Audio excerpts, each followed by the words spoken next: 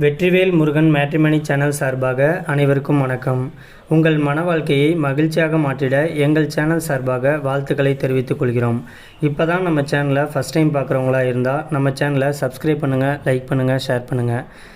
இந்த சேவை முழுக்க முற்றிலும் இலவசமானவையே. மணமகள் பெயர் துர்கா. இவங்களுக்கு வயது வந்துட்டு 42 வயது ஆகுது. இவங்களுடைய ஜாதின்னு பார்த்துட்டிங்கன்னா இந்து சமுதாயத்தில் நாயக்கர் சமுதாயத்தை சேர்ந்தவங்க. இவங்களுடைய ராசி வந்துட்டு தனுசு ராசி, மூலம் நட்சத்திரத்தை சேர்ந்தவங்க. இவங்களுடைய கல்வி தகுதின்னு பார்த்துட்டிங்கன்னா டிகிரி பண்ணியிருக்கிறதா சொல்லியிருக்கிறாங்க.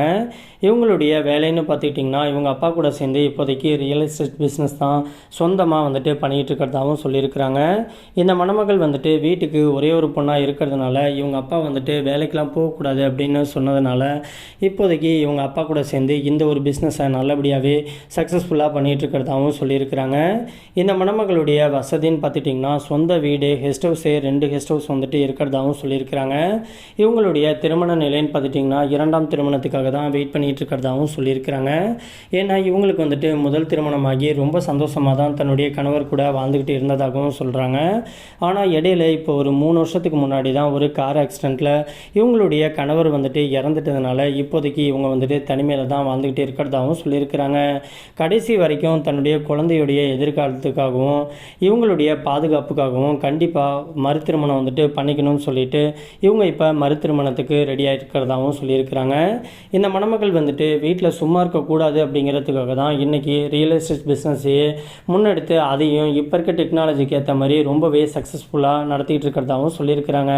தனக்கு மறுவாழ்வு கொடுக்க போகிறவர் வந்துட்டு தன்னை மாதிரியே ஒரு நல்ல படித்த கணவராக இருக்கணும், குறிப்பாக ஸ்மார்ட்டாக அழகாகவும் இருக்கணும்.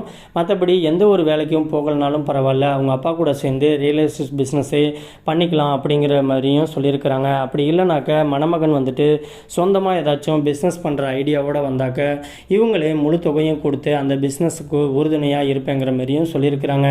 இந்த மணமகள் வந்துட்டு தனிப்படையாகவே 50 சவரனுக்கு மேலே நகை சேர்த்து வச்சுருக்கிறதாகவும் சொல்லியிருக்கிறாங்க.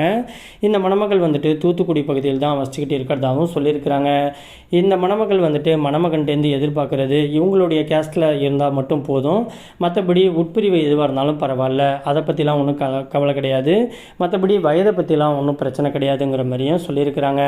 இந்த மணமகள் வந்துட்டு ரொம்பவே ரெக்வெஸ்ட் பண்ணி கேட்டுக்கிறதுனால இவங்களுடைய ப்ரைவசி காரணமாக இவங்களுடைய முகத்தை மட்டும் கொஞ்சம் மறைச்சி போட்டிருக்கோம். நேரில் வந்து கேட்டு மணமகனை பிடிச்சிருந்துச்சு அப்படின்னா மற்ற டீட்டெயில் எல்லாத்தையும் கொடுக்குறேங்கிற மாதிரியும் சொல்லியிருக்கிறாங்க. இந்த மணமகளை பற்றி மேலும் சில விவரங்களை நீங்கள் தெரிஞ்சுக்கணும் அப்படின்னு ஆசைப்பட்டீங்கன்னா ஸ்க்ரீனில் தெரியல இந்த வாட்ஸ்அப் நம்பரை அணுகலாம். அதுக்கு அடுத்த மணமகளுடைய பெயர்னு பார்த்துட்டிங்கன்னா ஜூலியா. இவங்களுக்கு வயது வந்துட்டு 38 வயது ஆகுது. இவங்களுடைய ஜாதின்னு பார்த்துட்டிங்கன்னா இந்து சமுதாயத்தில் கவுண்டர் சமூகத்தை சேர்ந்தவங்க. இவங்களுடைய ராசி வந்துட்டு சிம்ம ராசி, மகம் நட்சத்திரத்தை சேர்ந்தவங்க.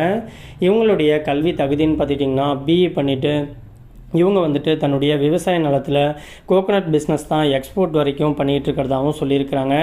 இந்த மணமகளுடைய திருமண நிலைன்னு பார்த்துட்டிங்கன்னா முதல் அல்லது மறுதிருமணத்துக்கு சம்மதமும் தெரிவிச்சிருக்கிறாங்க. ஏன்னா இவங்க வந்துட்டு முதல் திருமணம் பண்ணி ஒரு 5 வருஷத்துலேயே தன்னுடைய கணவருக்கும் இவங்களுக்கும் கருத்து வேறுபாடு காரணமாக இவங்க வந்துட்டு பிரிஞ்சிட்டதாகவும் சொல்லியிருக்கிறாங்க. இவங்க முறைப்படி விவாகரத்து வாங்கிட்டதாகவும் சொல்லியிருக்கிறாங்க. இந்த மணமகளுக்கு சொந்த வீடு நிலம்ட்டு இவங்களுக்கு இருக்கிறதாகவும் சொல்லியிருக்கிறாங்க. இவங்களுக்கு விவசாய நிலமே கிட்டத்தட்ட 100 ஏக்கருக்கு மேலே பொள்ளாச்சியில் இருக்கிறதாகவும் சொல்லியிருக்கிறாங்க.